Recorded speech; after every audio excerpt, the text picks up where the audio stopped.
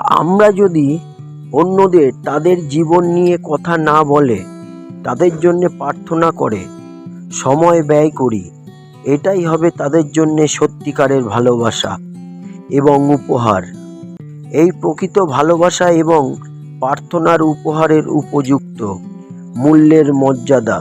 আবার মানুষের দুর্ভাগ্যবশত এর গভীর উপলব্ধি করার জন্যে মানবতা দরকার, মানের দরকার, হুঁশের দরকার।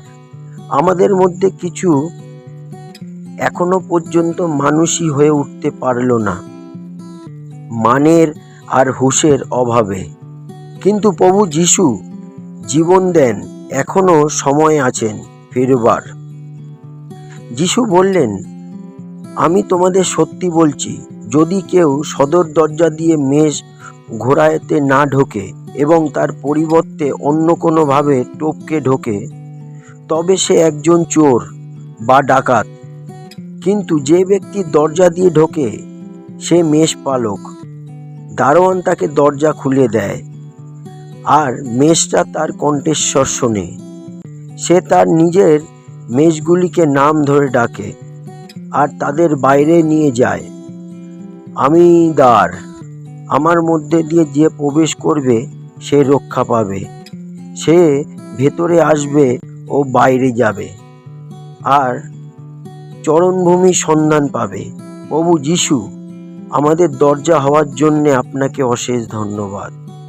আমাদের সব কিছুর উত্তর, সমাধানের পথ হওয়ার জন্যে ধন্যবাদ প্রভু। জয় যিশু, হালেলুয়া। আমাদের আপনার ভালোবাসার গভীর বুঝতে সাহায্য করুন, জানতে আমাদের সব সময় আপনার কাছে আসি সব সমস্যার সমাধানের খোঁজে, কারণ আপনি আমাদের ভালোর জন্যেই সবসময় সব কিছুতেই কাজ করেন। এই বিশ্বাসে, ঈশ্বর, শুধুমাত্র আপনিই জানেন আমাদের জন্যে কি ভালো। আমরা বুদ্ধিহীন, চেতনাহীন। আমাদের প্রার্থনা শোনার জন্যে আগাম ধন্যবাদ জানাই। জয় যিশুর জয় হোক। আমেন।